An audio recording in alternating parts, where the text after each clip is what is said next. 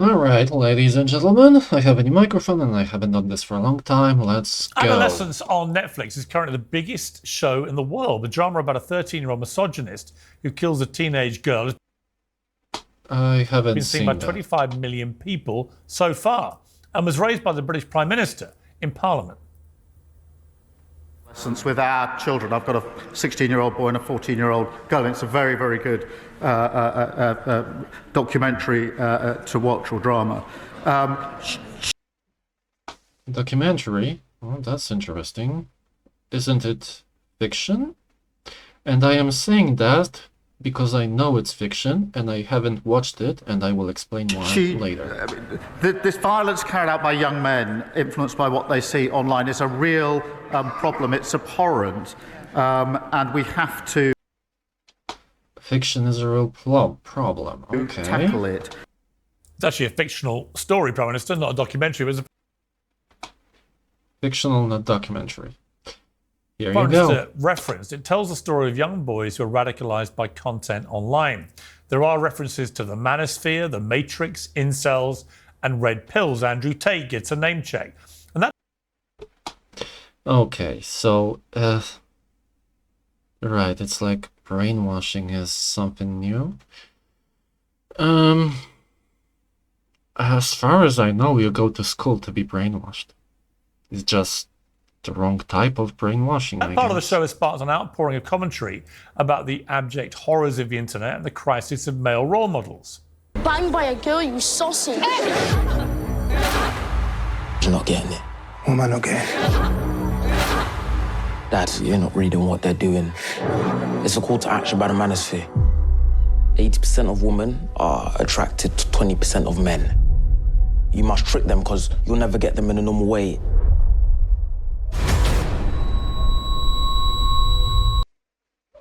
This kid has issues. Jesus, look at that. This kid needs help.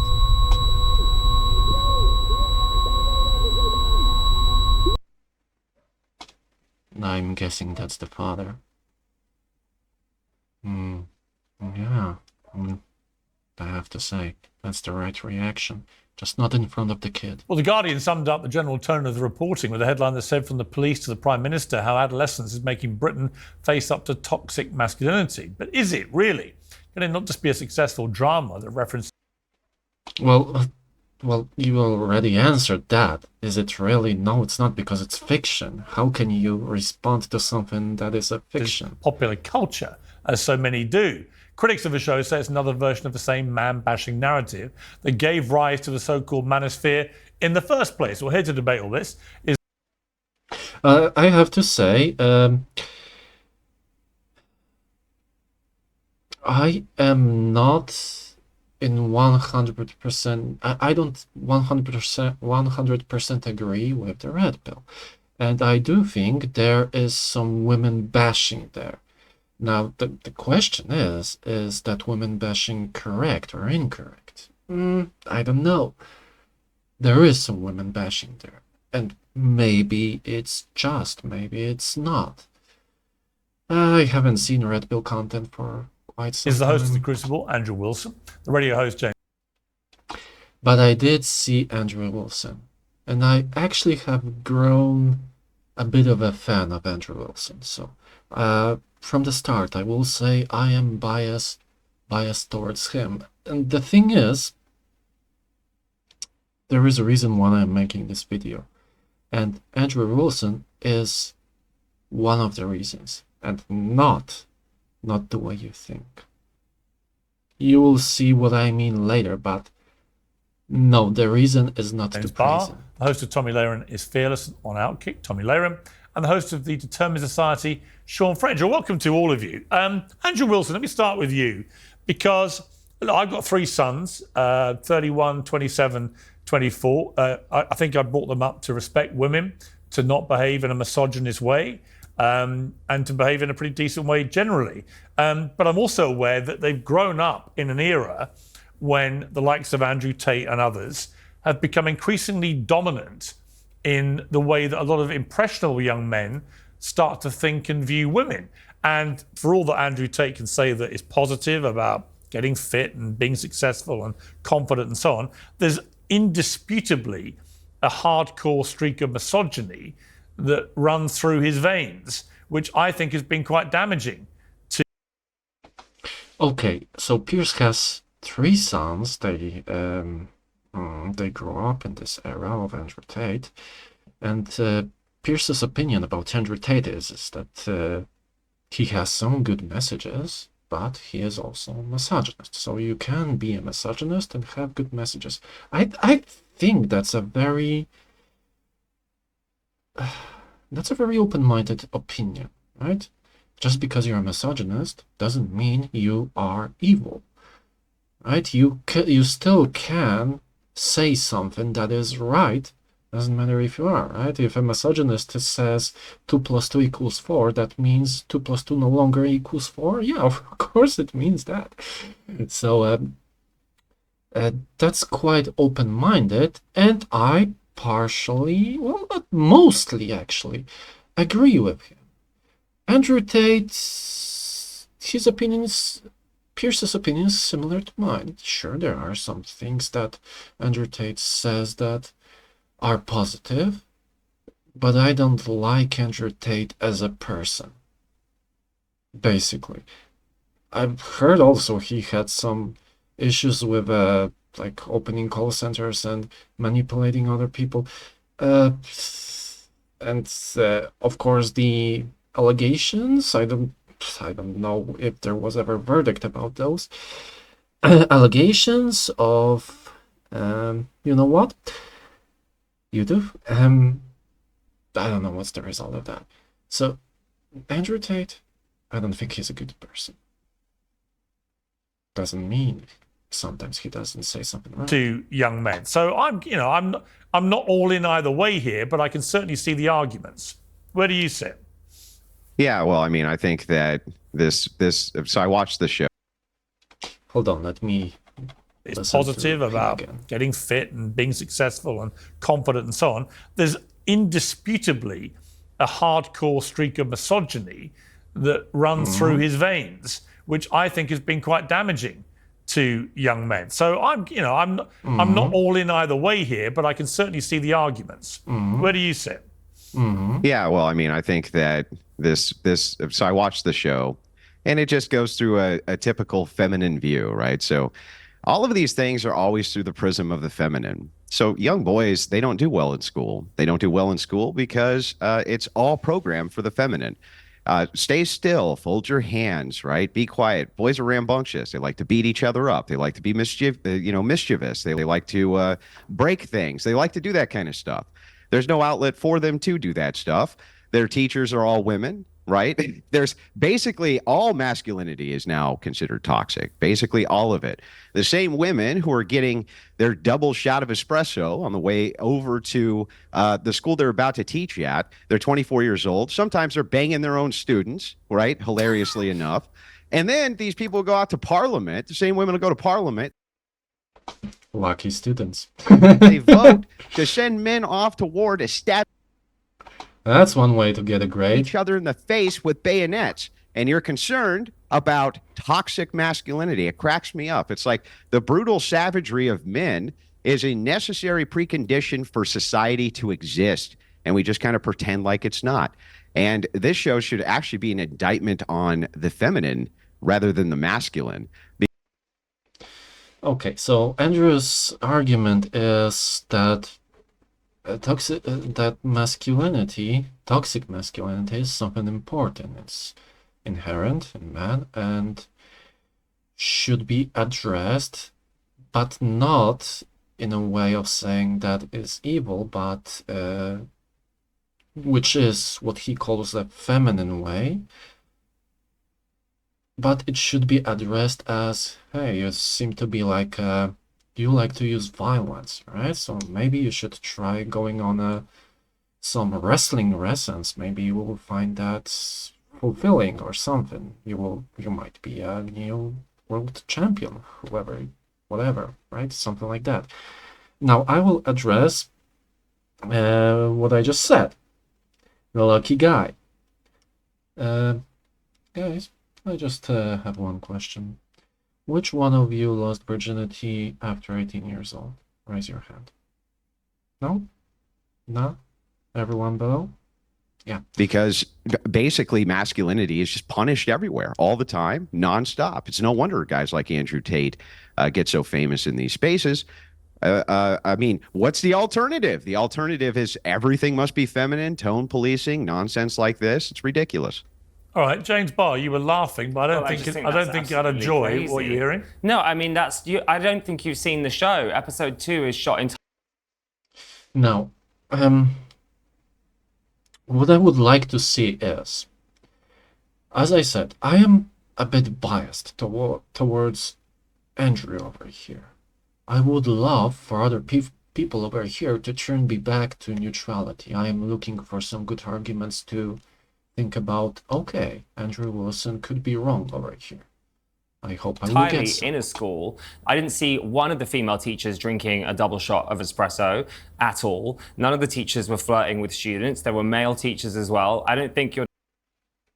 Okay, I also went to school, and there were male teachers. Sure, the number was lower than the female teachers, but there were male teachers. The thing is that the whole school, well, the principal was a female, and I had fights when I was in school, right? And of course, having a talk with principal, etc. Having a fight is wrong. You shouldn't do that, etc. While the male teachers came there to teach, the female teachers, the female staff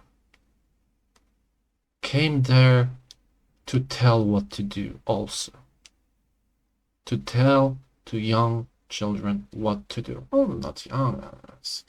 When I was actually younger, most of them were female teachers, sure. I was referencing my later years in school, where there were male teachers. But yeah, when I was like 10 or something around that, yeah, there were no male teachers, basically. You're describing the show here. I think you're describing your own insecurities or agenda. Okay, sorry. So, really, that is the argument you're giving me. I would love to hear an argument against Andrew Wilson, and what you mentioned from what he said was the double espressos, everything that is not important, and then you attack him personally. That's an argument for you? Because that's not an argument for me. You said nothing. Yeah, so this doesn't contend with the argument. Like, do you understand that I'm making an argument, an indictment of society itself, based around my ideas that I'm seeing from this show? That's what I'm actually doing. So if you could contend with the fact that male savagery is necessary for the security of a nation, and that women will indeed vote in the future in parliaments to send men off to war to stab each other in the face at 18 years old with bayonets, perhaps you can contend with that before we start, getting into, well, tone policing is actually good and toxic masculinity is actually bad. This is why I am quite a fan of Andrew Wilson. Right now, he's not quite nice, but it's funny, it's entertaining, right?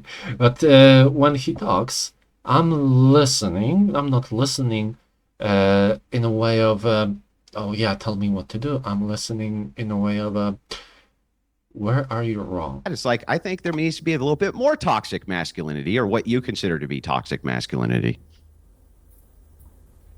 Well, great, good for you. Nothing. I'm glad you think so. Nothing. Yeah, I mean, I nothing, just don't need nothing. to argue with that because You just unlocked. You just unlocked. You got nothing.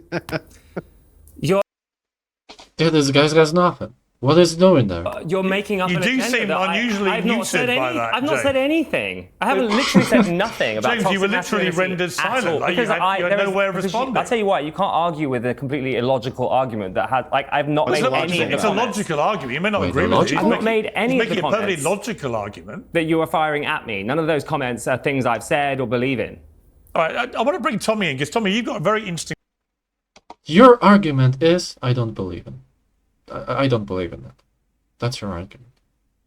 perspective, I think. You've talked about something different. You call it the pussification of men, which is a great phrase. I'd love you to just explain what you mean by that. But also, you're not a fan of Andrew Tate or the influence he has. So that makes you, I think, an interesting commentator in this area. So just explain, first of all, the pussification of men. Pacification of men. All right, Piers. Well, I think, and I can't see you all, so forgive me if I'm incorrect here, but I think I'm the only female on this panel. Correct. So I'm really anxious Like it to matters. weigh in.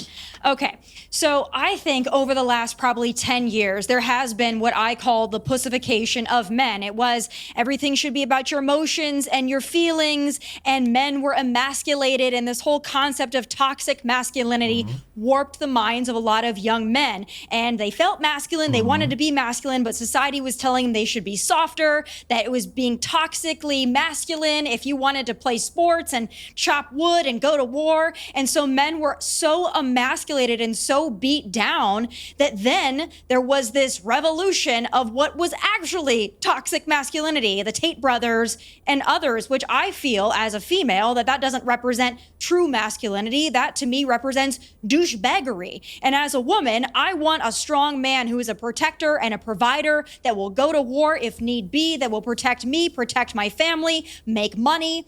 I see that as being actually masculine. That's like the man that I grew up with, my dad. But what we're seeing now is these young men who look at Andrew Tate and the Tate brothers, and they see somebody who's just quite frankly a douchebag and disrespects women. And because they've been so emasculated, they're like, oh, great, that's a manly man. But that's not right either. So. Okay, so she actually kind of agrees with Andrew, right? What I mean by that, men were deprived of what masculinity is. So when they see Andrew Tate, they think, oh, this is violent. This is powerful.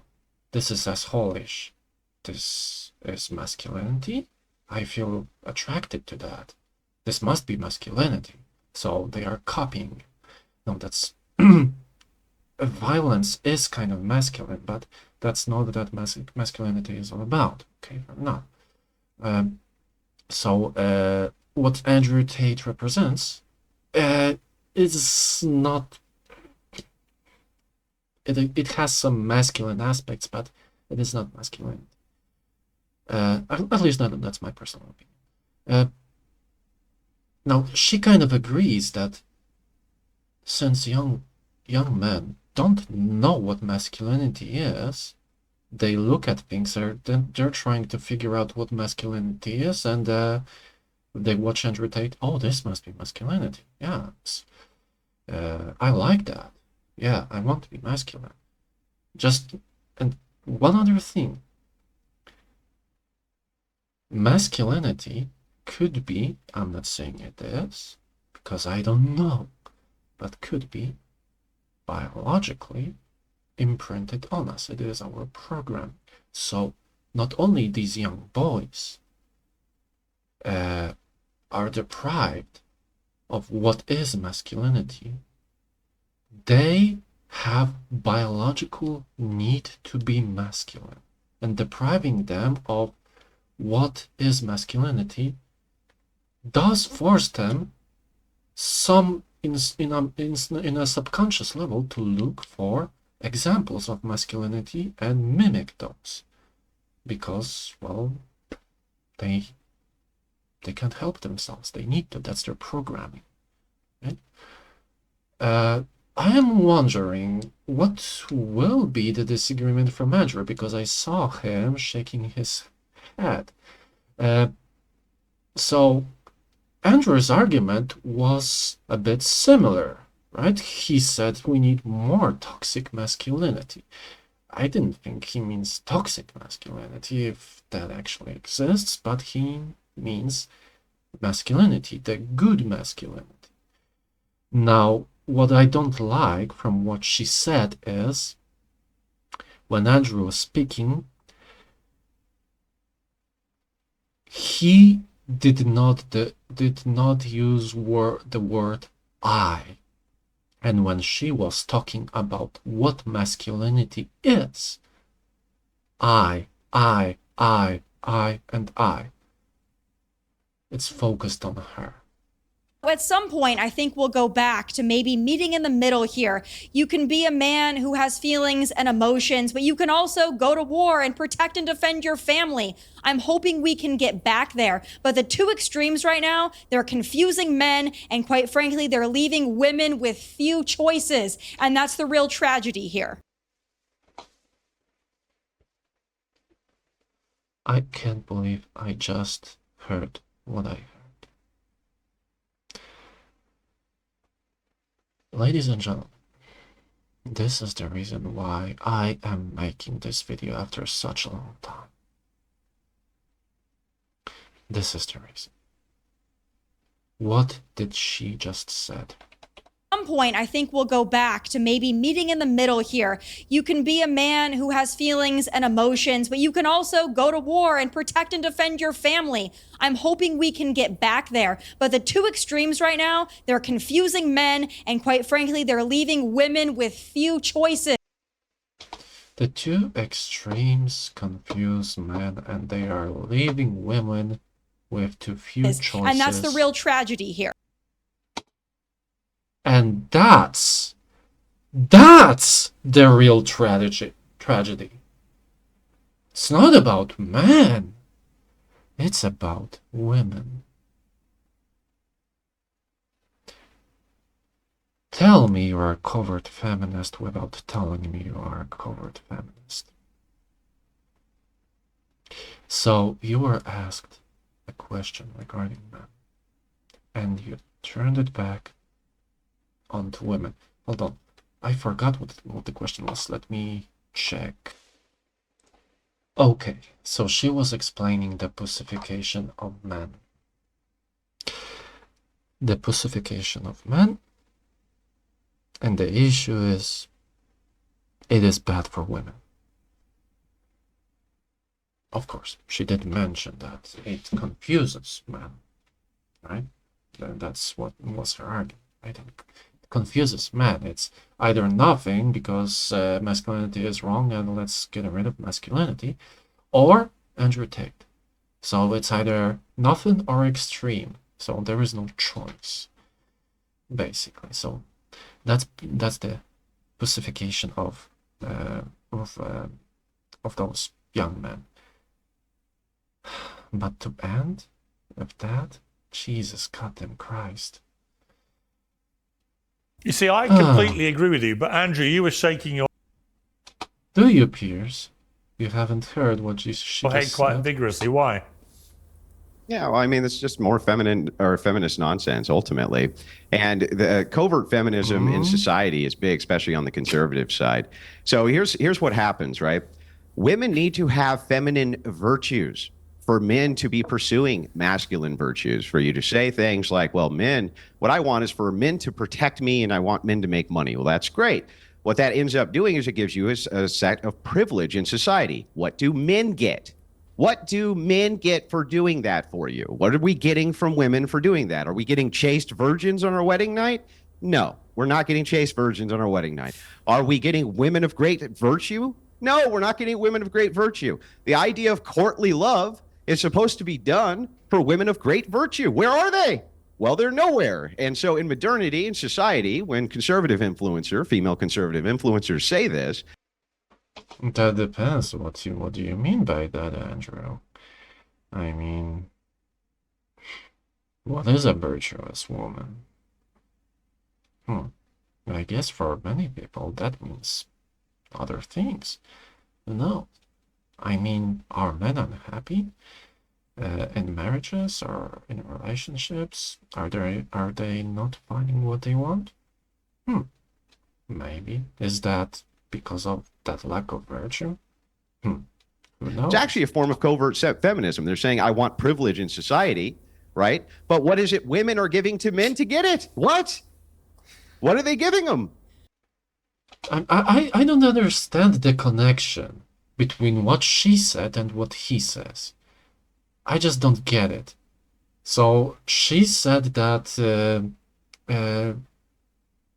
that there is a confusion between nothing and too much, and his reaction is, what are men getting?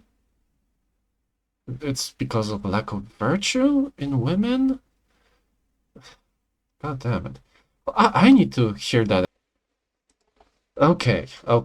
So women need to have feminine virtues in order for men to pursue masculine virtues. But that was not really what she was talking about. She was talking about the confusion. That was her argument. Wow. Also that it's about women. Okay, What happens, let's right? see. Women need to have feminine virtues for men to be pursuing masculine virtues, for you to say things like, I well, don't know if men, that works what I like want is that. for men to protect me and I want men to make money. Well, that's great. What that ends up doing is it gives you a set of privilege in society. What do men get? What do men get for doing that for?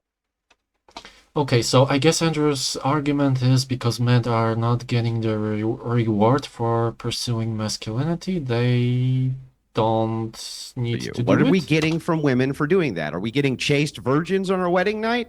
No, we're not getting chaste virgins on our wedding night. Are we getting Some women of great examples? virtue? No, we're not getting women of great virtue. The idea of courtly love is supposed to be done for women of great virtue. Where are they?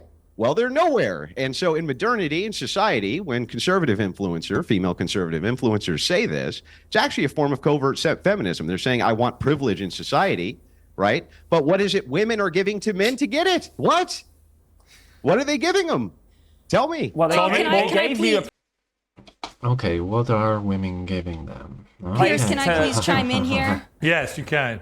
And then James can, and I I'll come to wonder. you, Sean. No, I would love to. I love this whole thing of like, if you're a female conservative and you don't believe that men should be douchebags, that all of a sudden you're a covert feminist. Call me a Okay, sorry, address the argument. This is feminist. saying I nothing. really don't give one crap one way or another, but I can tell you this. A lot of these men, these podcast hosts on the right that like to think of themselves as these big Okay, so it's personal attacks. Am I getting an argument? You had an argument at least compared to the guy before. Can you please give me an masculine argument? men, and what am I getting out of it? I can tell you this. There's that All right, feminism. I believe There's I'm a that woman of feminism virtue, coming right? out. Andrew. Yeah, there's the feminism. Oh, and then you're interrupting me too, Didn't which take is great. long, I let did you it? Didn't talk. take It's my long, turn. did it? Okay. Yeah. That's just Andrew being an Oh, asshole. I'm sorry. Did you want to speak So, over me? yeah, I don't care if you call me. I don't really care if you call me a strong, feminist. independent. It is entertaining though, but it's wrong. God damn it, Andrew! You're freaking on the news. You're on the telly. So shut the hell up. Let her speak. Be the gentleman. Be the smarter guy. Woman. I guess it's either entertainment or being nice, Yeah. huh? Yeah. You're actually interrupting me. I didn't interrupt you when you were spewing your bullshit. So now it's my turn. Okay. You mean so, the truth? Like I said before. So I believe there we go again. Pierce, I'm a woman of virtue. I happen to be independently successful. I have a You're not a woman of virtue because you just say husband so. who's not only a former professional athlete, but is currently a professional baseball coach. So is he not a masculine man? I mean, I'm confused here. What's your concept Don't you of a understand that masculine misses man? the Mine is a point, man who that respects misses- me. Yeah, that misses the point, though. Like, you're still not contending with the What's the- argument what's that your- I'm what's your making. I'm point? saying inside of society, right this second, right, masculinity is not only punished, but also women on the right, covert feminists on the right, are constantly and consistently talking about how they need to have privilege in society. I want men. Their version of masculinity is men who take care of us, men who protect us, men who do all of this. Those are all duties that men have towards women. Great. What are the duties that women have towards men? What are the duties that women have towards anything? What do men get out of this arrangement? Okay, sorry, but I don't like this argumentation from Andrew. Why? Because the question is about women. I'm sorry, the subject that we are talking about right now is about men. Why are we asking women? So are you saying that they're responsible for this? Okay, if that is your argument that they are responsible for this, okay, I guess questions about women are fair, but shouldn't, like, you switched to women so fast. Uh, shouldn't we first talk and establish what's the reason, how does it happen, etc.? I mean, you have your opinion, right? But it's like your opinion is based on what women do. I mean, that's one side of the equation. You hardly spoke about the other side of the equation. I imagined that this conversation will be mostly about men, but suddenly it's mostly about women. What are we getting out of this arrangement? Can you tell me? I mean, you. Well, I as I would was going to argue answer that a men second ago. innately Well, should I'll be tell you- I don't want to protectors interrupt and you. providers. Hang on one second. Let Tommy Most respond. men are born that Let way. Tommy respond to that, and then I'll come to you, Jez. And then Yeah, Sean, most you've men been are- waiting patiently. So Most men are born to be protectors and providers. I can't imagine my dad saying, you know what, to my mom, you know what, I'm not going to be a protector and a provider unless you do this. That's not how real men operate. Real men are protectors and providers, and they marry women who hopefully great. have A some woman telling virtue, us what but real also men bring a are lot to again. the Great. table. Okay, just because she's a woman doesn't mean she's not right. It's the argument argument again. Just because he's a misogynist doesn't mean he's wrong. So, Andrew, that's really uncalled for. Second, I do understand her argument. I think what she is saying is that man, that duty that you referred to, the protection, etc., it's not a duty at all. It's just inherent biological need. We feel a need to do so. That's how we gain power, by protecting, possibly, maybe. So what her argument is, a real man is not a man who does it because it is his choice and his duty. A real man is a man who does it because that's his nature. I think that's her argument. So that was uncalled for. But there is something else that I noticed As well, that are great mothers, great wives, caretakers of the home. There's nothing wrong with being a traditional wife and mother. You're misunderstanding me if you think that I think that women should just be out doing whatever they want. I think that I there love getting are gender lectured by roles that women should on be what real men respected. are. That's but I great. don't think a man needs to get something out of it to be Okay. This is where I a pause, because I manly think man, this a is protector, and a yeah, provider. Is this the over? If you think you So need nothing. to get So you something should out have of nothing. it, I quite frankly don't Yeah, so consider you a nothing. real man. Yeah. Yeah, that's the end of argument. Yeah, okay. Guys, women, everyone who is listening. When we were talking about pussification of men, a topic that is clearly about men, she turned it to topic about women. She said that it's really the real tragedy is the women. That's the real tragedy. When Andrew asks a question about duties, what does she talk about? Men. Now she switches to men. She did mention women. She did mention women for a short time, but mostly men. When it comes to pussification, women. When it comes to duties, men. Okay, fair enough. Her argument in the pussification was a lot longer, but that weren't her last words. That was the summarize of her argument. I am quoting her, and the real tragedy is. The real tragedy here is women. That's her quote. So no. If you will say to me that, hey, she said a lot more, yeah, she did. So what? So what? That's not a tragedy, what she said. The real tragedy is women not having choices. That's not the tragedy that men are pussified. The real tragedy is the She have Okay. nothing. She have nothing. But we'll No- And again, Andrew is right. she kind of doesn't address. I wanted to hear something from other people over here. I wanted Andrew Wilson to be wrong. And I love seeing Andrew Wilson being wrong. But this is not really a discussion over here. Discuss in a moment whether Andrew Wilson is a real man. Piers, I offer nothing. I offer nothing. Personal attack. You offer me And Andrew Wilson is not very nice at all. Right? She offers nothing. Of course, she offers something. The guy wouldn't marry her if she didn't have something that he likes, right?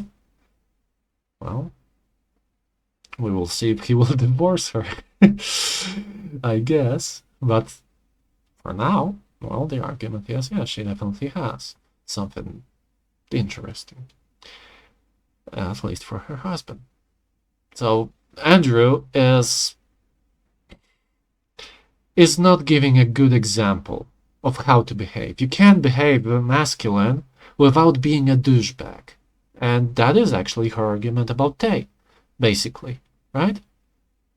He is a more polite Tate in this conversation. Andrew, shut the hell up, let her talk.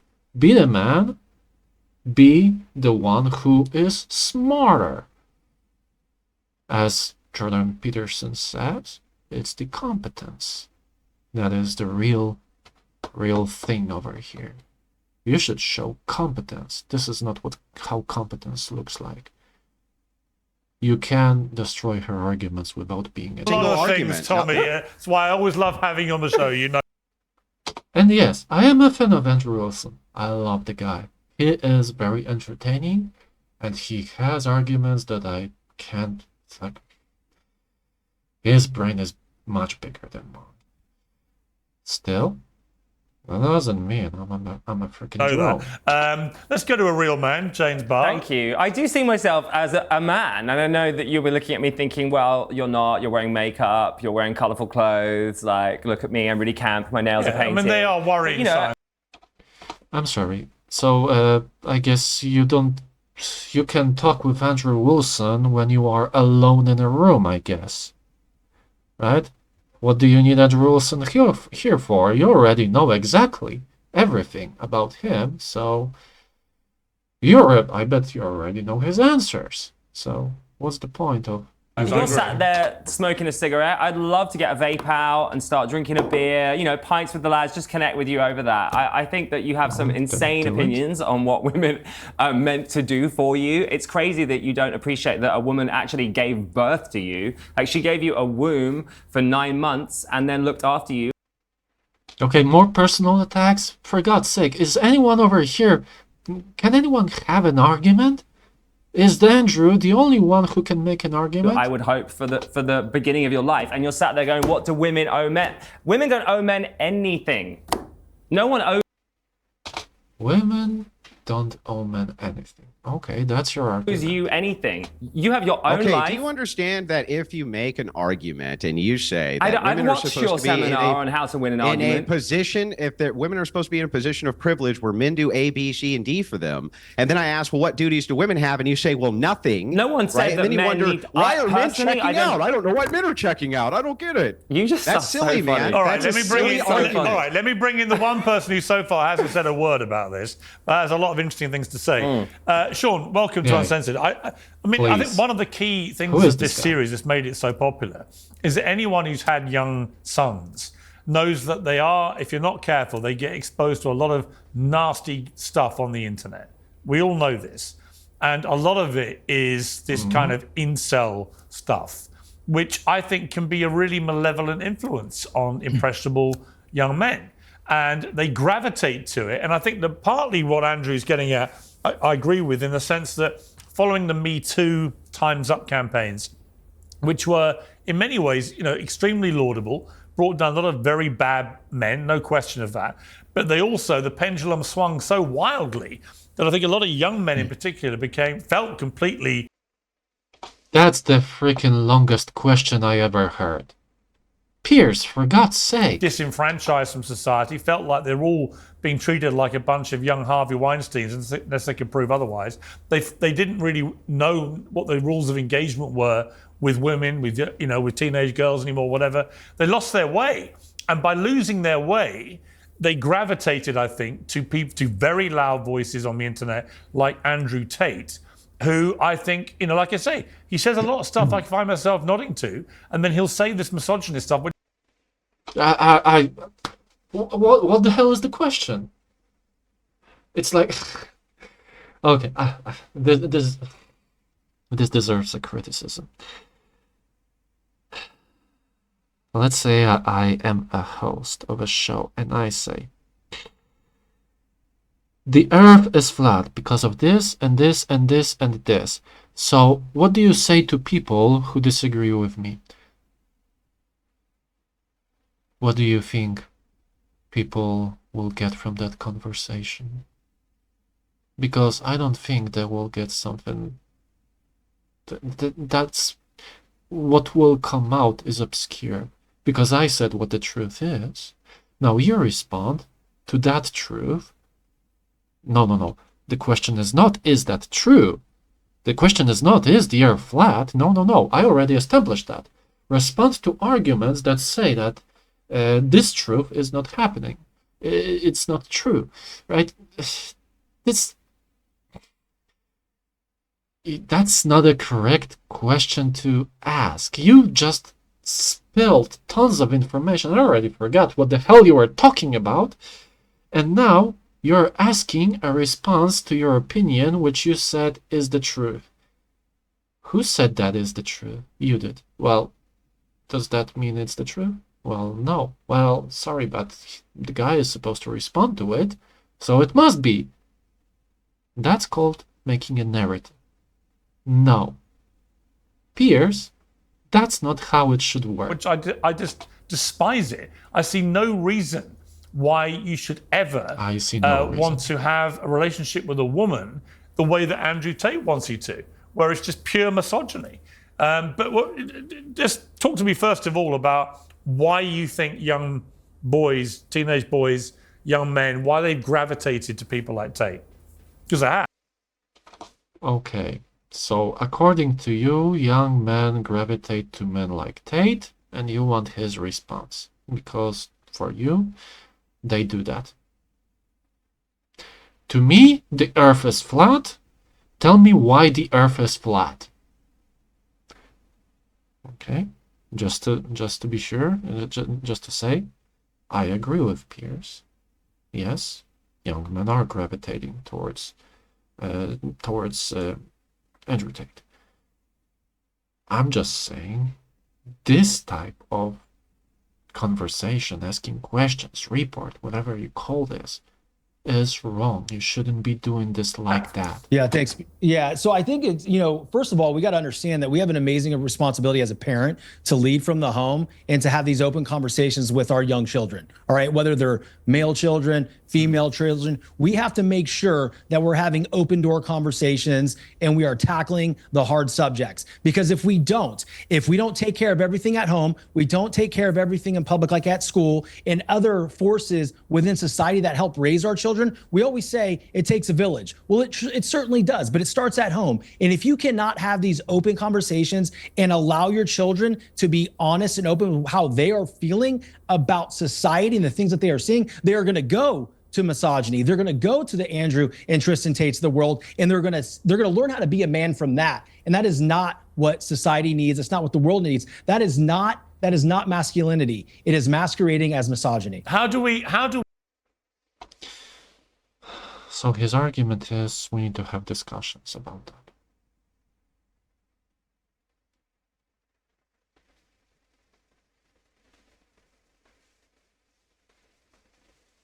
I have nothing to say.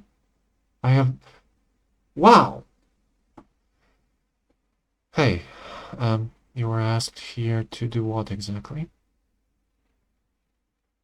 I was hoping for something better. Okay, I understand. He means that you need to have discussions with your sons about masculinity, etc. Okay, that's still an argument. You need to have discussions. It's not a fix. It's not a solution. It's just saying something without saying anything. Yes, we need to be open. Great! Oh, wow! Oh my god. The solutions. The solutions are incredible. Oh, good job. Oh, we need to talk. What to talk about? Oh, we need to be open about talking. Yeah, sure, but what should be in that conversation? You know about everything globally.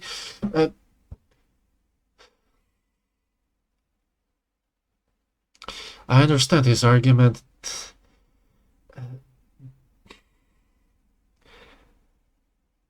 Sure, he's onto something there, but that answer is like 1/10 of an answer that he should give.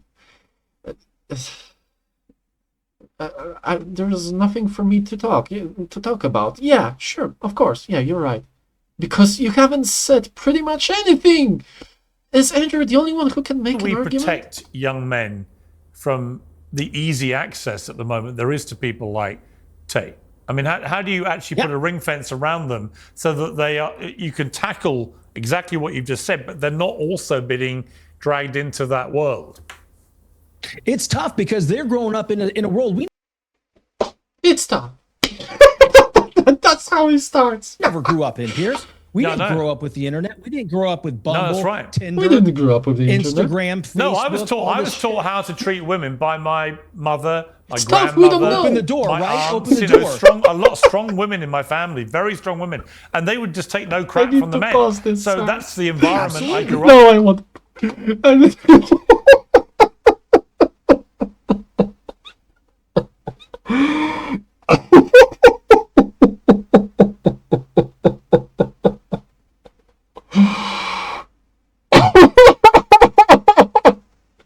Is he a politician?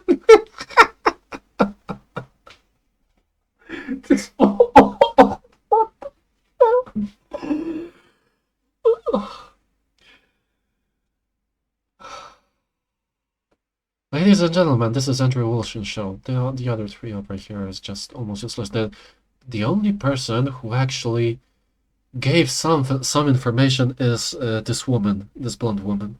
She actually gave something that I could talk about, but the rest is just.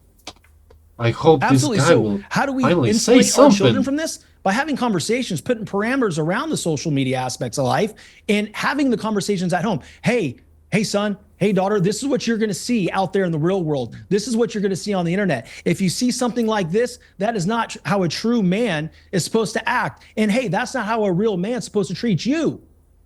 Right. So we have to. Okay, so basically adding what is masculinity into like one of the discussions. Like, you're old enough to talk about when mommy and daddy love each other very much. Yeah. That kind of discussion. Yeah, of course, that was his argument from the start. I'm sorry.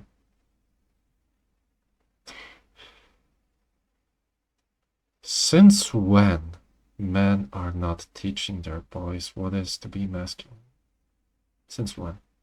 If there is a father at home, what else does he teach? How to be a girl or how to be a boy?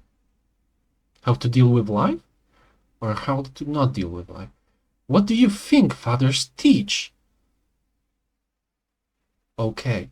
If that's the case, that I'm right over here, then it's not having discussions that will help, will it? Because they are meant to be happening already, and they have been happening.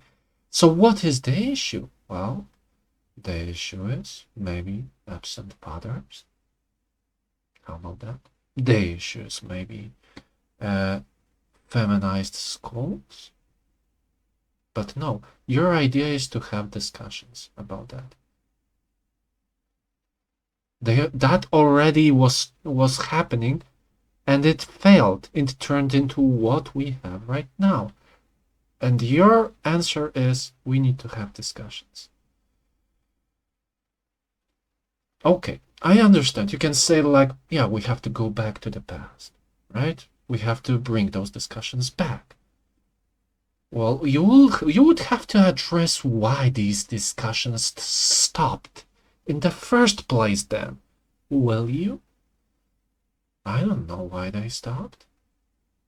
I guess. Feminism? I don't know. But this... You really haven't thought through what you're saying, didn't you? Since when men didn't teach their sons how to be a man? Since when? Well, if they are, and right now that's not happening, well, that means fathers are not doing it, or there are no fathers. So you have to address why the fathers are not doing it, or why there are no fathers. And if you will say again, we need to have a discussion, I'll have the conversations. Yeah, Andrew, do you intrinsically disagree with After what you this. just heard?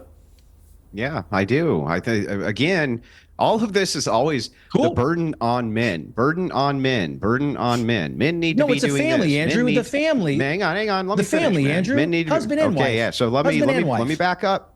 Okay, again, men need to do this. Men need to do that. What I'm talking about is, what duties do women have in society? What are the actual women's duties? Okay, and Andrew is like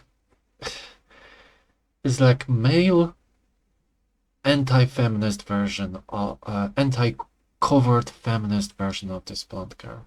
When she turns to man where she shouldn't, when turns to man when she shouldn't, and turns to female when she shouldn't, Andrew turns to female where he shouldn't, and turns to man. Well, I don't know if he turns to man when he shouldn't. I don't know. I haven't seen an example of that, so maybe no. But again, he turned it around about women. I'm not saying women don't have any responsibility in this whole situation, right? And the population is half women, and they can vote, of course. Of course, they share the responsibility. Are you saying the fault is on their side and thus they should be the ones who fix it? Because right now you're complaining that it's about men to fix it, it's about men to fix it, it's about men to fix it. It's like a call for patriarchy, right?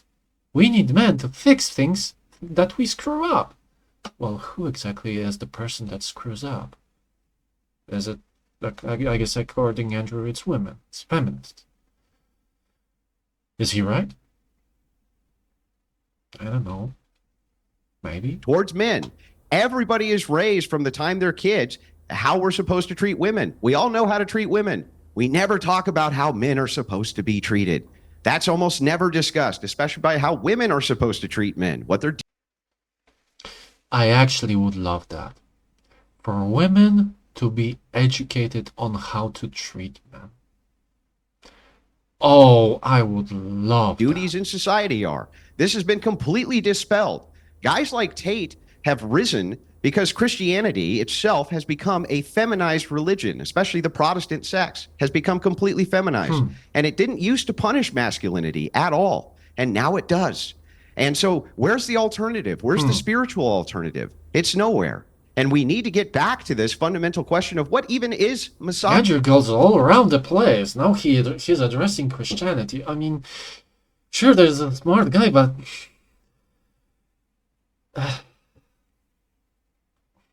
I guess it's a multi-layered issue.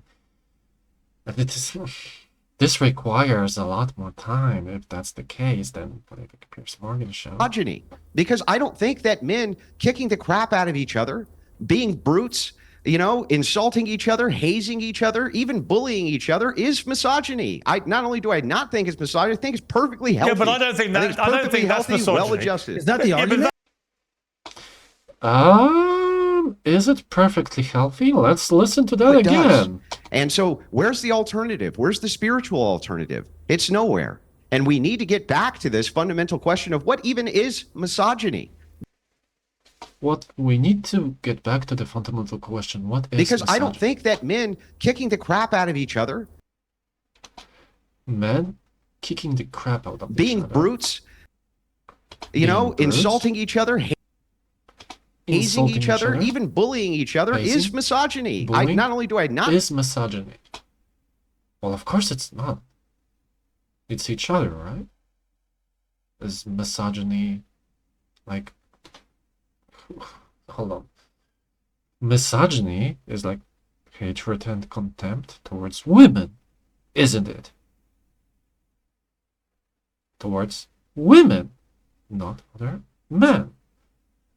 It's not misogyny. Well, the topic is toxic masculinity, right? So, are you addressing the right question here? What are you addressing, Andrew? Because you're addressing misogyny. The topic is toxic masculinity. think it's misogyny. I think it's perfectly healthy. Yeah, but I don't think that. I don't think that's healthy, misogyny. well-adjusted. And the question is he right, though? Is he right? Because that sounds weird to me. Sure. Okay. Okay, let's take a step back. I'm out of coffee. Let me pause. I need to make coffee. Alright, got a hot cup of coffee. So, let's do this again. As far as I remember, Not only do I not think it's misogyny, I think it's perfectly healthy. Yeah, but I don't think that. I don't think that's misogyny. Well-adjusted. Is that the purpose of bullying, insulting?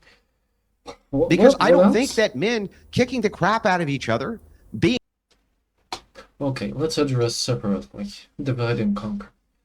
Men kicking the crap out of each other is not misogyny. Okay, let's remove the word misogyny out of it. Let's use the correct term, is toxic masculinity. That's what you're addressing, aren't you, Andrew?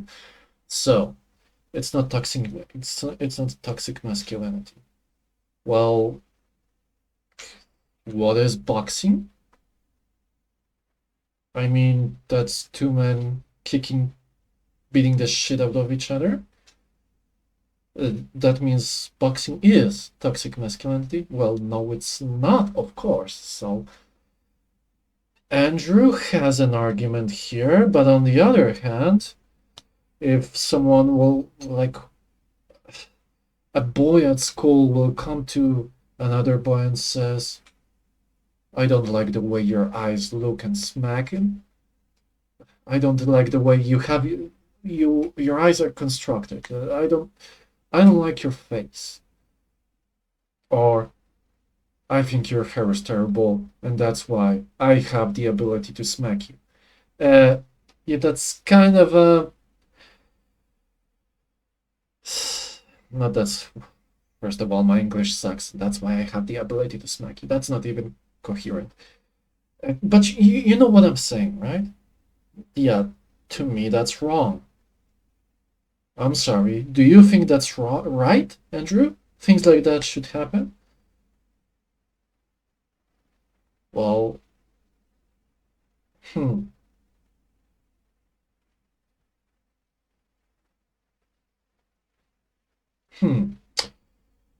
Okay. Thinking about it. I don't know. Thinking about it. So let's say those two boys are equal. Meaning, let's say the same height, the same muscle density, the same, for example, training, the same amount of muscles. So basically, if there was a fight, those boys would have equal chance to defeat each other. That feels as a lesser of a circumstance that I would disagree with than if we are talking about someone strong attacking someone weak. That's a bigger problem, right? So there's more to this argument. I think attacking the weak and showing your demonstrating your power or masculinity or position in hierarchy by attacking the weak is not really showing that you have power. It's just wrong.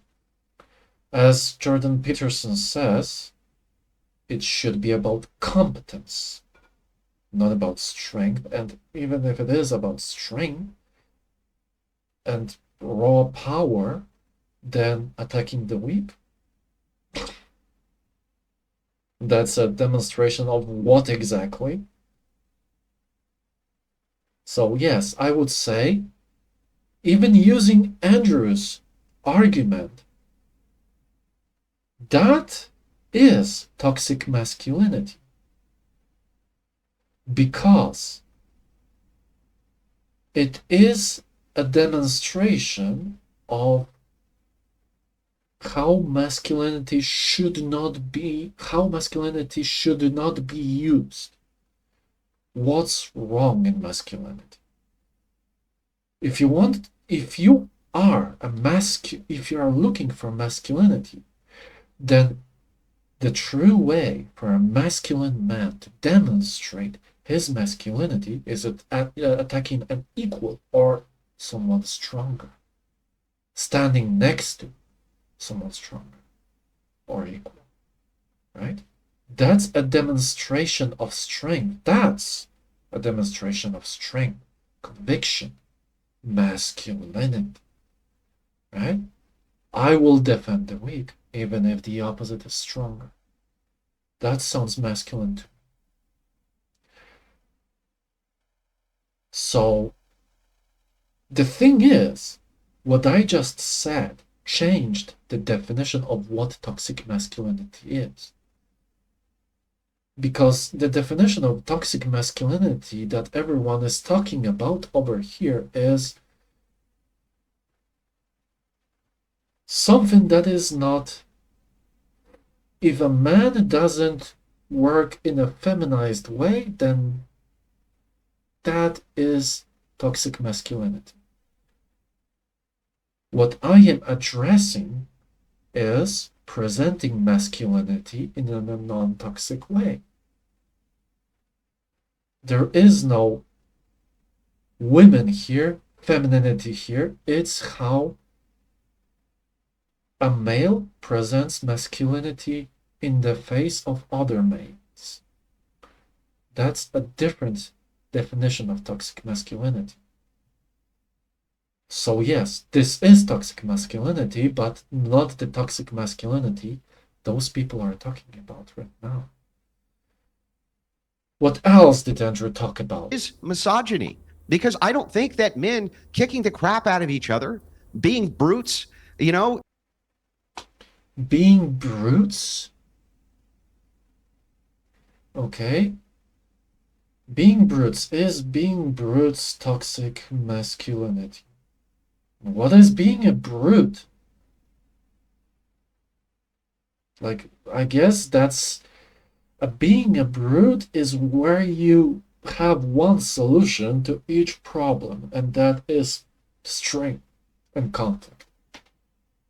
I guess is that how you define a brute?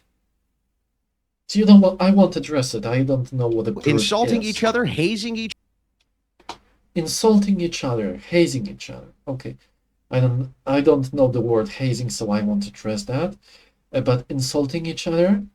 Okay, let's say there is a guy goes to the grocery shop and goes to the cashier and says, "Hey, you F, etc. I want this. You freaking retard. You whatever. Give me this. You this and you that." And you don't find anything wrong in that, Andrew? Because I do. That's freaking...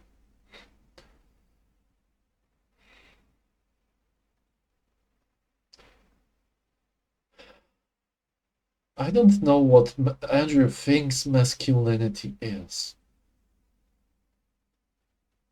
I don't think he actually. I guess I have a different version. I know a different version of masculinity. Because being masculine is not only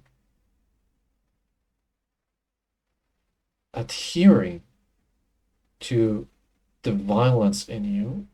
Sure, that's part of being masculine. The world without violence is a world no one wants to live in. Violence is needed. But being masculine, it's like, imagine, have you seen any James Bond movies? James Bond, Agent 007, when he sits at the table, for example, I got there are plenty of situations when he sits and says, what was it? Martini, right? Martini, etc. The way he speaks, the way he talks, the way he looks. He creates respect by the way he presents himself.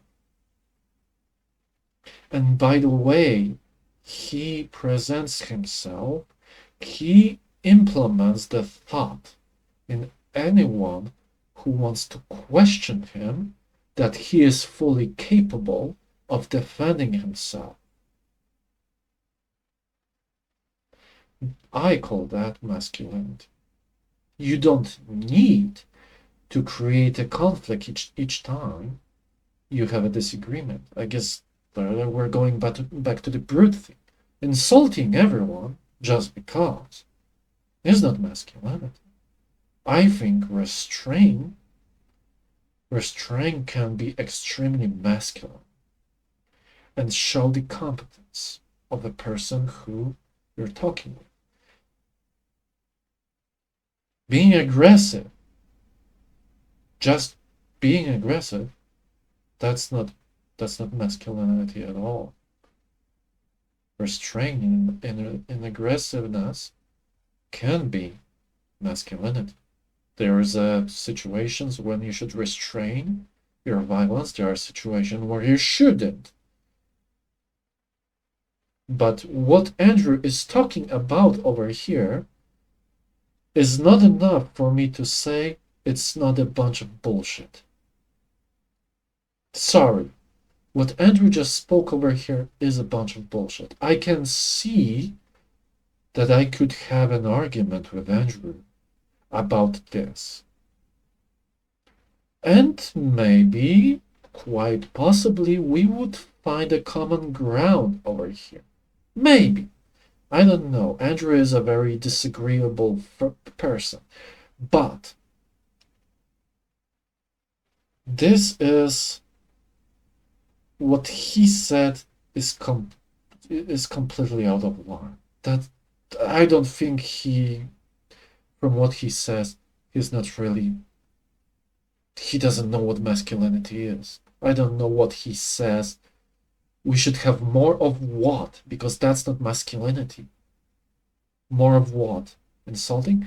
Okay, I can get it, Andrew. Men need to be men. The level of removing those insults, adhering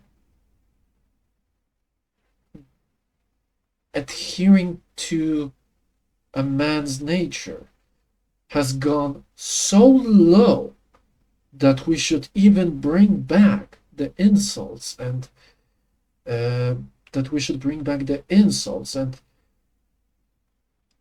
just don't say that this fight that you have started is wrong, right? When I had a fight, right, I had a discussion with the principal, and that's wrong what you did. But after that, I have a sister, and sister told me, hey, why? The fight was because the guy gave a very bad comment about my girlfriend. That's why I started the fight. And my sister was, yeah, that's it. Yeah, good. Yeah, I don't see a problem here. Yeah. Smack the guy. Hell yeah, he deserved it. Right? Okay. If that is what Andrew references, yeah, I agree. But his argument is absolute. He doesn't actually says that in his argument. That this okay in this instances, yes. In this instances, no. His argument is absolute. Bring more. No, sorry, no. That I can't agree with that. Sorry, Andrew. Even bullying each other is misogyny. I not only do I not think it's misogyny, I think it's perfectly healthy. Yeah, but I don't think that. I don't think that's. See, perfectly healthy. Not healthy in those circumstances. Healthy in those circumstances. Absolute. Perfectly healthy. No, it's not. Well-adjusted. Is that the argument? But that is not misogyny. Well, no, hang on. Wait, hang How on. women see this is tone misogyny policing. is where you have a hatred or whatever you want to phrase it towards women. It's not about men treating men. Sorry, It doesn't matter toxic how we treat- masculinity is what I'm referencing here, and toxic masculinity is what they're claiming leads to misogyny. So what I'm talking about is these are all masculine traits. There's nothing wrong with them, right? When you're talking about misogyny itself, I want to know what that even is. Is it just asserting yourself to women, telling women no, telling them no, that's bullshit? No, I would say it's okay. Let me telling answer them you're you. saying stupid things. Andrew Tate says he's quite open about it. Women should stay at home. They shouldn't go out to work. They should do what he tells them.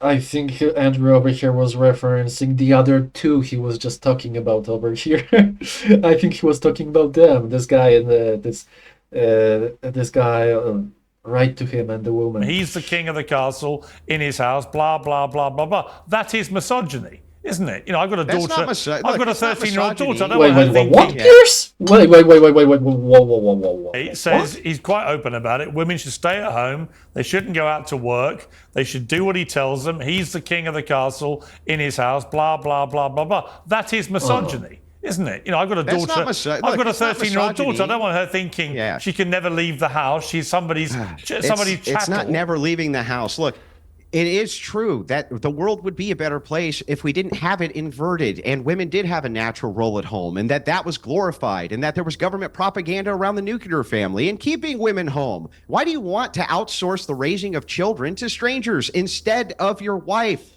That's a way better society. Why do you want your best and brightest women forced to go to a workplace instead of the best and brightest women staying at home raising their children? That's a way better system. It's always been a better system. I guess we're talking freedom of choice. That's not misogyny. Women to do anything. It's okay. just so everyone knows, Andrew said it's not about keeping women at home at all times, right? He is just saying right now, look, this should be the preferred method. Doesn't mean you can't use the other method. No, go ahead. It should be free and open to everyone. It's just this one should be the preferred one, and people should be told that this method is the preferred one. Okay. Do I agree with that? Yeah. Yeah, I do. It should be the preferred mode. Because, well,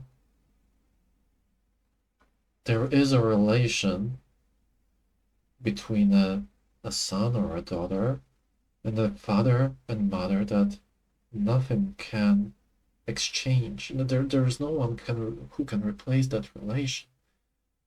Right? There is a connection between these people, the children and the parents, and that connection is unique. If you are outsourcing that connection to other people, there's nothing that you're outsourcing. That connection is unique. What you're doing is wrong. The child that has been told not to do this by someone who is not their parent means something completely different than don't do this by their parents because of the connection. So yes, that connection is needed. Children will listen to their parents more than to a stranger, than someone who is not their parent. It's freedom of choice. It's freedom of choice. I love the fact that my wife's out there working, teaching kids and building adolescents. I love that. I love that. And to your point about what do I get from a woman? I have a home. I have 3 beautiful children. I have communication in the house. And to me, that means more than anything. Like, I don't understand where I'm not saying you're wrong in your world, but to sit there and say to a woman, what do I get out of this woman? That's treating her like an object. Like, okay, if that's the case, then women are treating men like objects too. So, how does this work? I'm sorry. I think society should start accepting treating like other people like objects is something natural. I think that's the only solution to this issue. It's just something that will be here and will always be here. The end. Yes, treating others like objects. It's like people love to like write on a piece of paper good and just rip off that small piece of paper, then write bad and rip off that piece of paper and write good, rip off that piece of paper and just stick those piece of papers to things. All right, the piece of paper good goes here to violence. Sorry, not to violence, to femininity. That, let's stick that piece of paper to that. Violence. We need a piece of paper. Okay, let's stick bad to that. All right, now that's bad. And next thing. And just going from one thing to another. And freedom of choice. Now that has the good piece of paper on it. Right? And women not staying at home has the bad piece of paper on it. Okay. I have a question. I'm literally raising my hand over here. Question. What is the competence of the person who was putting those notes? Has that person actually thought about it? Is that piece of paper actually correct or not? Where's the list of advantages and disadvantages of that thing? Because, sorry, people, for God's sake, things are not good or bad. Things are 60% good, 40% bad. This thing is 70% bad, 30% good. And most of things are 50% good and 50% bad. Most of things are just purely neutral. So sorry, you're making a moral argument over here. That's freedom of choice. That's something good. That should be, and everything that is against freedom of choice, that's bad. Okay. I'll dare you, dear sir. Go ask a question. Go outside and ask a question to 1001. The question is, look, dear woman, if you had a choice to make, you would give up your free will, something very important. You won't have the option to decide for yourself. You will give that responsibility to another person. But that person, under penalty of severe punishment, will have a duty to protect you, to give you comfort in life, to sustain you, provide you resources, protect you, and give you peace in life. Would you take that? Would you sign that contract or not? And if the women don't answer instantly no or yes, then figure out, dear sir, that freedom of choice is not always something good. There are other things that are more important in the priority pyramid that are worth more. How about peace? That's one. Sticking, oh, that's a freedom of choice. That means it's good. And you're going against freedom of choice is stupid. That's a stupid argument. Let's do it again. Well, he had another argument. Staying at home, raising their children. That's a way better system. It's always been a better system. I guess we're talking freedom of choice. That's not misogyny. Women to do anything. It's freedom of choice. Yeah. Oh, it's freedom of choice. I love the fact that my wife's out there working, teaching kids and building adolescents. I love that. Okay. That's fine. I guess you love that because she's fulfilled and you see it brings happiness, and thus that happiness is reflected in you because she brings that happiness to home, and you are happy because of that also. I love that. And to your point about that's my guess. What do I get from a woman? I have a home. I have 3 beautiful children. I have communication in the house. And to me, that means more than anything. Like, I don't understand where I'm not saying you're wrong in your world, but to sit there and say to a woman, what do I get out of this woman? That's treating her like an object. Saying, what do I get out of this? To me, it's an argument. Shut up and just do. And don't ask questions. That's basically their argument. It's like, okay, let's get back. Tell that to a slave. Would you? Would you say that to a slave? If there are slaves in these times, right? Just asking, what do you get out of this? Don't ask what you get out of this. No. Get back to work. Don't ask. That's again a silly argument. Asking why, asking what, asking questions is never wrong. One thing I want to play a clip. Okay, so it's okay to treat men like objects, give them duties, but you're not allowed to give women duties. I feel respected. Okay, well, let me ask you this. I'm not angry about it. How come it is in the United States that men can be drafted? Women can't be drafted, but women can vote to send men to war. 18 years old, they're stabbing each other in the face with bayonets. Women can vote to send men to war that they then themselves do not have to fight. It's a duty that men have, they do not have. What's the counter duty for women? There's no obligation for women to have children. We're well under replacement rate. It's slated 45% of women will be single in the next 10 years, up to 60% in the next 30. That's the estimates right now. Our replacement rate, we can't even replace our own country's birth rates. That's how low they are. Maybe this is what we're seeing as a systemic issue inside.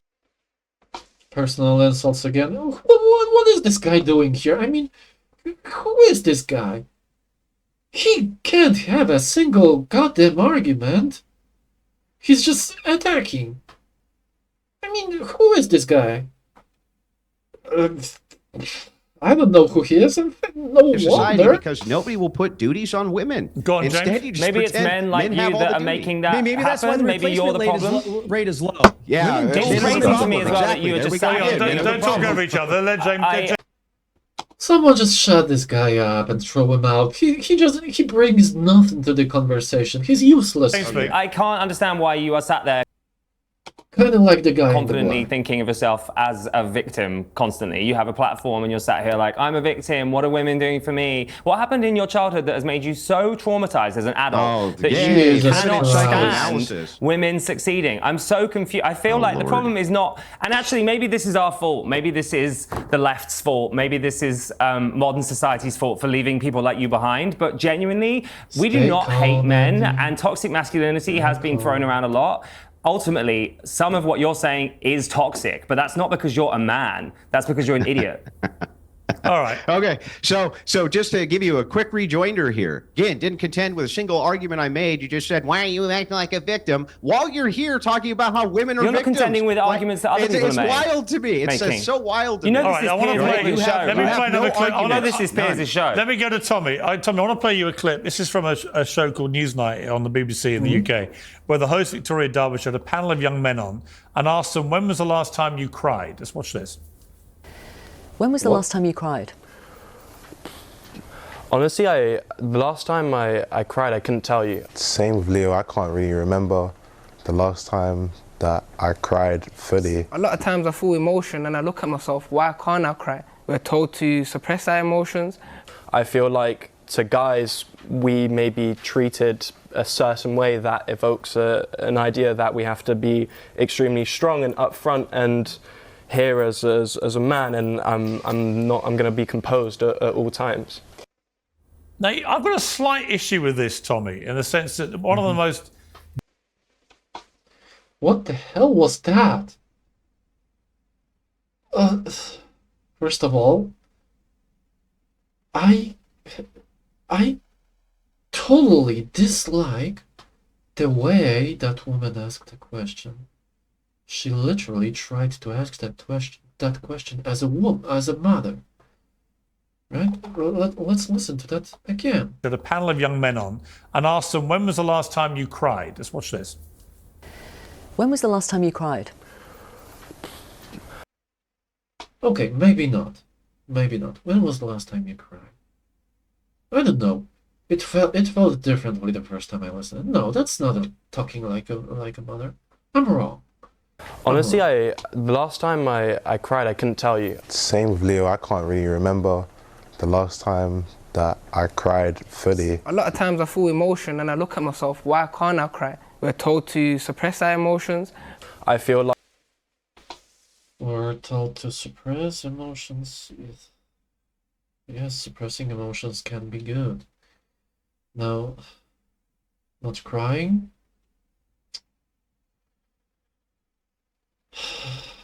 Having an answer to that, I don't know. Men shouldn't be crybabies. So there is a form of a restraint that men should have. Where is that level of a restraint? I'm not the person to know where is to it. guys, I don't know. we may be... I guess I don't know. I mean,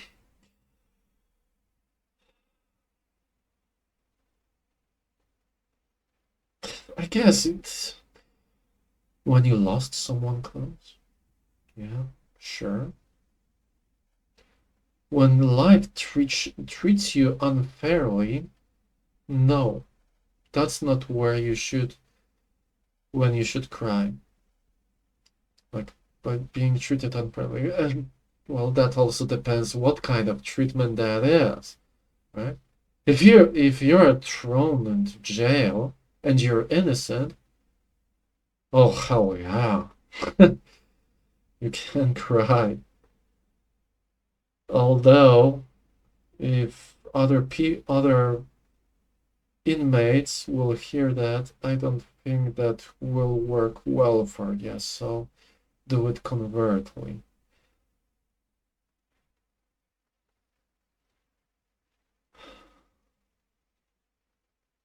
But in those cases, I guess churning that feeling of justice into anger would be the best choice.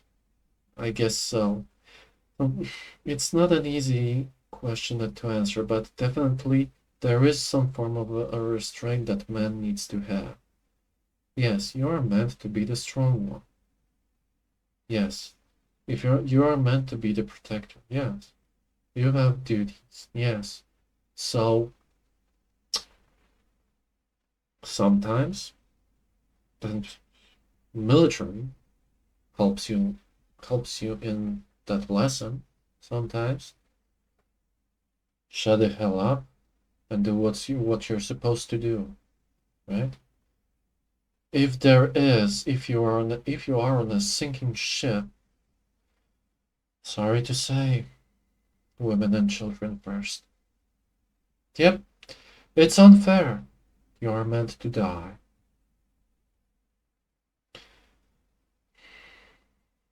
Don't get me wrong, I don't want to die.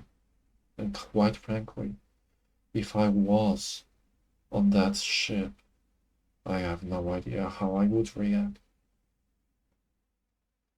And I would possibly be crying like hell. I don't know if I would have the courage to be that man. I have no freaking idea.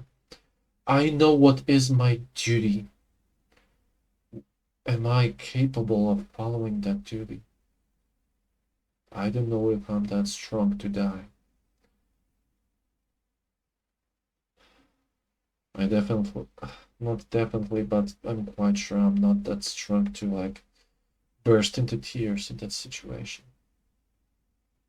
But I'm not saying that situation bursting into tears is really not masculine. Yes, sure.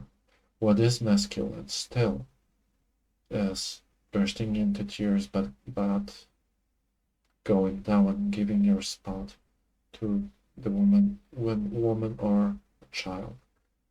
Sure, go ahead and burst into tears, but as long as you are the one who's going down and doing your duty, you are still masculine, right? So there are some, it's just that hard of a question. But look at this, these are young men. And especially what this black dude said. A certain way that evokes an idea. This guy is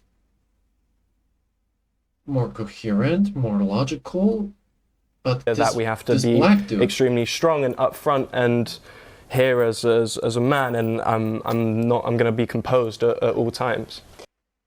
Okay, he can make an argument without actually presenting any feelings. That was just a logical argument, right? This was the answer to this question is this. That's it.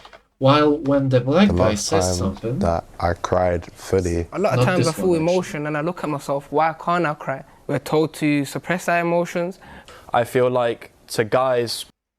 Hold on. When was the last time you cried? Honestly, the last time I cried, I couldn't tell you. Same with Leo, I can't really remember the last time that I cried fully. A lot of times I feel emotion and I look at myself, why can't I cry? We're told to suppress our emotions. I feel like... And unfortunately, he has been cut off. When I hear him, it's more like complaining to me. And not complaining that someone told it to suppress their emotions. Yeah, suppressing emotions sounds good. I'm sorry. If you are in the courtroom, you are meant to suppress your emotions. So yes, that's an ability you should have. There are situations when you're supposed to. So, yeah, teaching you how to suppress your emotions is good. And this guy, he sounds feminized to me. Now, this guy in the middle, it's funny because I'm addressing like he's in between two black dudes, and here's the white dude. like talking about, yeah, this guy's coherent, this guy is incoherent, right? I don't like this guy and I like this guy. So to be fair, the other black dude is also having a good, his reaction is also good. And quite frankly, I shouldn't even be talking about this. I see three dudes over here.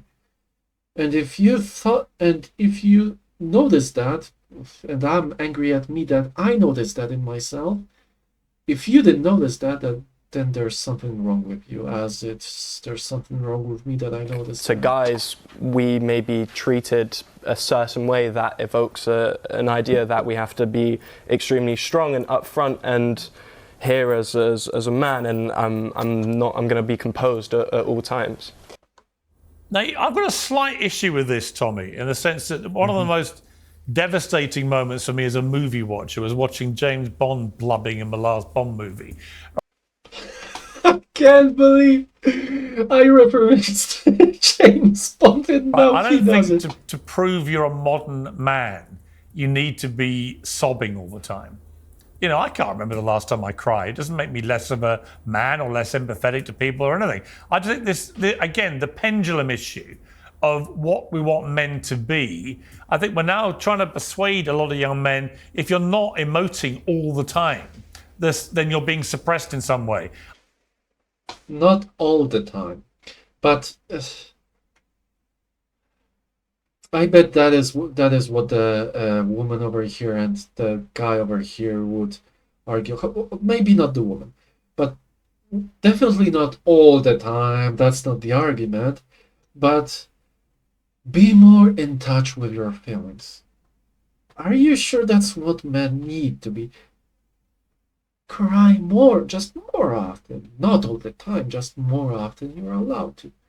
I don't know if that is the right way for men. I don't know if that is like demasculining them, because yes, restraint, just like I referenced James Bond, restraint is masculine. You know, we have over here the British stiff upper lip, which I think is a really bad rap. I think it's not a bad thing to actually not over emote. Your thoughts? Yeah, I agree. I think it's. Oh, sorry, Sean. I'll come to you. Listen, that was for Tommy. I'll come to you in a minute, Sean. Oh, sorry, Tom. For Tommy. Sorry. Yeah, I don't disagree with you at all, Piers. I don't think that men should be trained to be overly emotional and that should be a sign now of new maturity, being emotional. I don't agree with that. I don't think there's anything wrong with men crying in certain circumstances. Listen, everybody has a different journey. Good that you said in certain circumstances. Okay. Everybody has a different set of circumstances. There are circumstances wherein men crying I have no issue with. It's also not up to me to tell a man when he can or cannot cry. I personally prefer the men in my life not to be overly emotional, but that's just a personal preference. Really, who am I to tell a man how he just a personal preference that most women should exhibit his emotions? But again, I think that there is two sides here that are both too extreme. You've got the one hand that wants men to be feminine and cry and show their emotion and be weak. And then you've got the other side that says you cannot cry, you must always be strong, and you should look at women as an object. So again, there's well, that's not me. Gotta be a happy medium here. I think there once was, but now because of, again, I agree, there was an overreaction of the feminist movement to make men weak. I don't agree with that either. Yeah. I just wish we could come to a place where there was a happy medium, where people could just be human beings who could have a gender role but weren't married to that gender role in absoluteness. There's got to be a place for that. I would certainly hope. Yeah. So imagine the situation. Let's get back to the sinking ship. Imagine me, like, creating a second Niagara Falls, right? I'm just snobbing like a child, sitting on my ass, like on a sinking ship, and a woman comes to me and says, it's okay for me to die. And that's what is the appropriate reaction over here for a masculine man. To stop crying and say no. Well, there are circumstances, right? If we're talking about an old 70-year-old woman who has lived her life, sure, maybe in that circumstance, and we're talking about someone who can still procreate, well, maybe in that circumstance, as long as it comes from her, sure, I did my duty, and this woman says you're young, you should be the one. She makes a good argument, right? And maybe that's true. And maybe I would take that deal. But if that is a woman that is also my age, that can procreate or has children at home, my duty is to stop snubbing and say, or not stop snubbing and say, no. Saying no is my duty. Fine, I'll snub more. But that is being masculine. Andrew Wilson, when was the last time you cried? When I had a death in my family. And how long ago was that, if you don't mind me asking? Many, many, many years. Many years. I don't know, maybe a decade, something like that.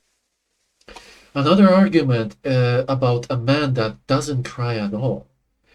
That creates either illusion or respect towards that man as a man who can deal with any situation.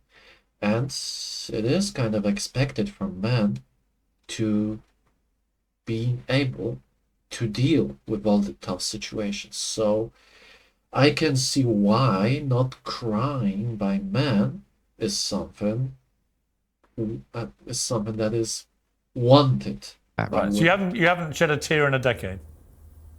I don't think so. No. Would you see it inherently as a weakness in a man to over-emote? Yeah. Well, yeah. Men, listen. You don't want men to fall to pieces in crisis. You're the head of a family. You're the head of your household, and also you're the heads of nations. You have Look, dude.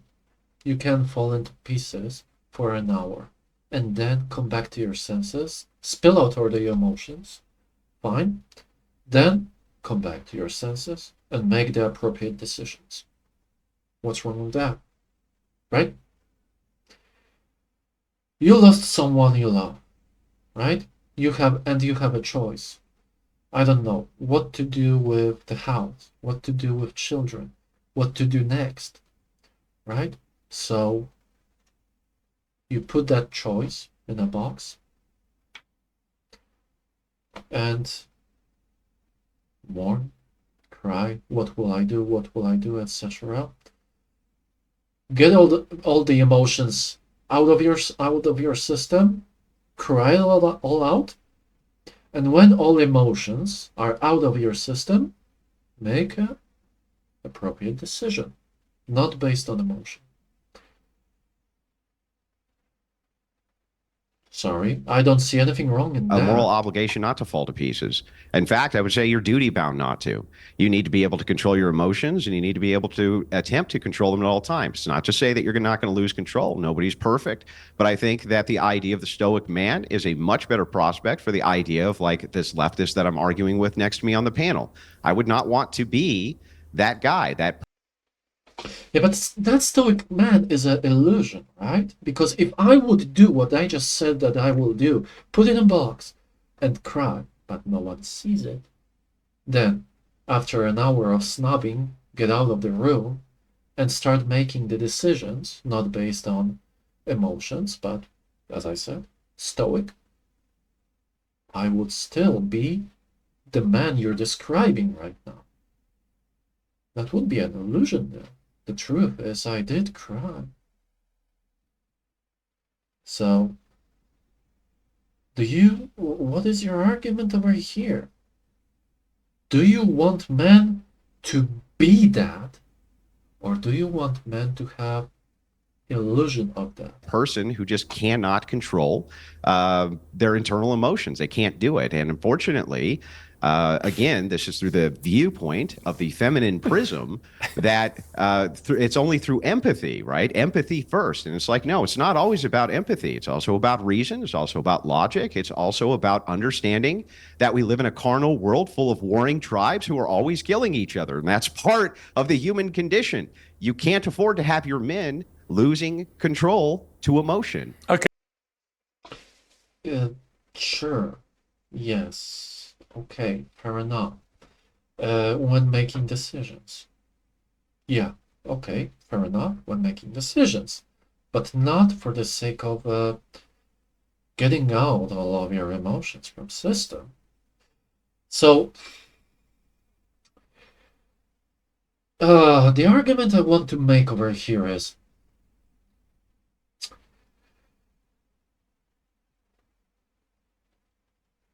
let's say something very bad happened to you, right? And you're not doing what I said, right? You're not getting those emotions out of the system. You are trying to keep your emotions at bay for that whole time, right? And you succeeded. You're the stoic man. Fair enough. You're the man. Good. But that there is now another situation that happened to the same man. So the man does it again. He succeeds. Fair enough. Another extremely bad situation happens. This guy is just having a very tough life. At the third time, he still succeeds in doing the exact same thing. The problem over here that I see is that can drive this man mad.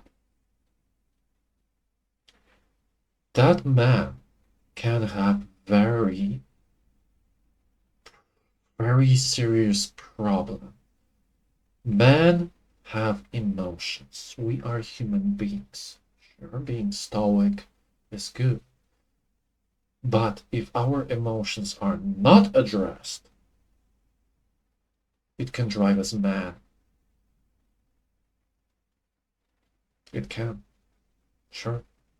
We are human beings. Of course we have capability of freaking going mad.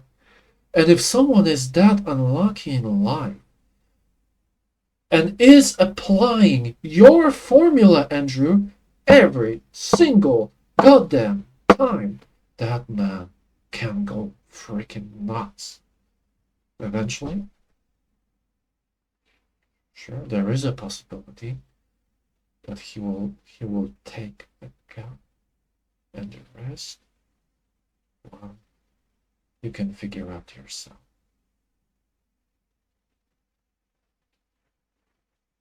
We still need support. I'm sorry. We can't handle all this burden by ourselves. There are men that are weak. There are men that are mediocre. There are men that are strong.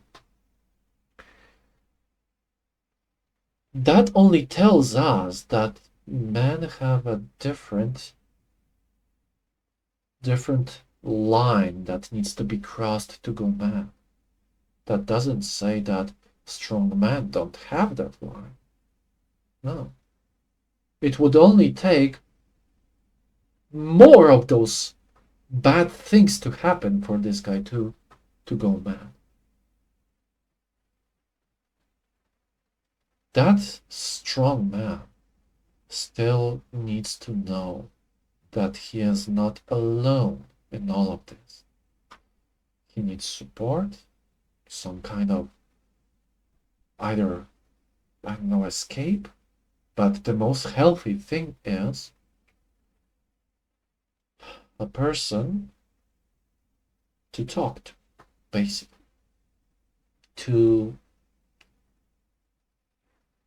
Sure, that man is supposed to make a correct decision. Sure, he will make a correct decision. But after that, no one says that he still, after making that decision, he still needs to say to someone, I shouldn't be making that decision at all. This situation is wrapped up. I am freaking angry that I had to make this decision and spill out the emotions. Right? You guys get my Okay, empathy. James, when was the last time you didn't cry on a date? Let's flip the question. I haven't cried today, but I did cry yesterday, Oh and I my think it's God. okay to cry. And it's funny that you keep trying to goad me and saying that I don't have That's a control of my crybaby. emotions. If I the think I guy have. is if the guy counts in days, when was the last time he cried? That's crying. Incredible control over my emotions because I know what's upsetting me and when, Andrew. and I'm able to talk about it. Well, how often do you cry? I mean, right. not He's all a the time, crybaby. but Every I day? think- no, not every day, Piers. I cried 2 or yesterday. 3 times I a probably week? haven't cried for about 3 weeks before that. But honestly, my therapist tells me I need to cry, and it's a good relief. But the point being, Andrew hasn't cried in 10 years. I think that is such a weakness, Andrew, that you haven't cried in a decade.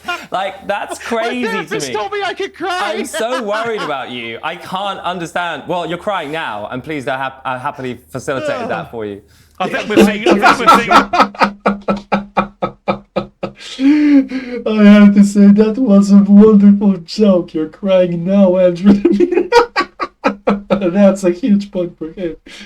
Oh, dude, at least you can make me laugh. That Two was a good extremes one. that Tommy was talking about. It's honestly, yeah, Tommy, you're so right. There's no nuance. I mean, it's difficult to have nuance on this show anyway, but we do need to find some in this debate. I think the point is, men should not feel they can never emote, but also. Okay, I think this episode is over.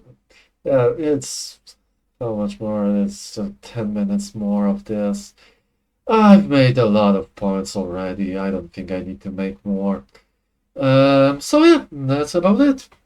Have a good one. Cheers.